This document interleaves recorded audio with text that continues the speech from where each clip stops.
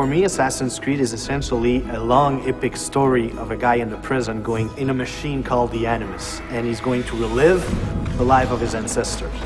In Assassin's Creed 2, we follow Desmond, who's going to live the life of Ezio Auditore da Firenze.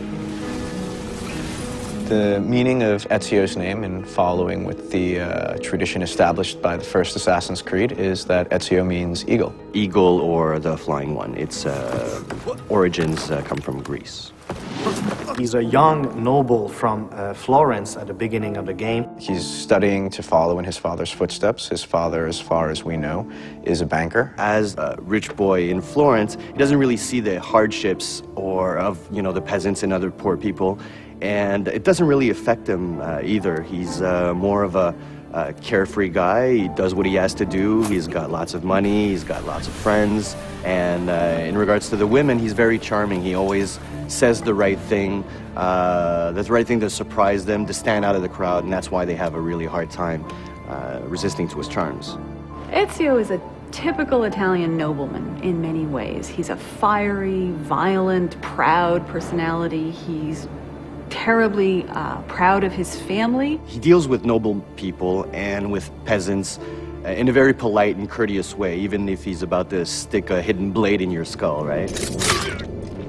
He has a very strange talent that his father is aware of, which is the eagle vision from the first game. Nobody really knows how come he has that, but we sort of find out in the game. At one point, something tragic happens to himself and his family. What happens is that the same people that Ezio considered to be dear family friends actually turn on him. People that are very close to him are taken from him, and becoming an assassin and acquiring those skills will give him the abilities necessary to exact revenge. When you're used to just living free and living without a worry in the world, and all of a sudden the entire Florentine army is looking for you, and you have to protect your mother, you have to protect your sister, and you have to defend yourself, changes everything in his life. So going from this life of la dolce vita, in Italy, it will have to become this guy who needs to kill in order to survive. We see Ezio progressing very much so throughout the game, physically as well as emotionally and in his personality.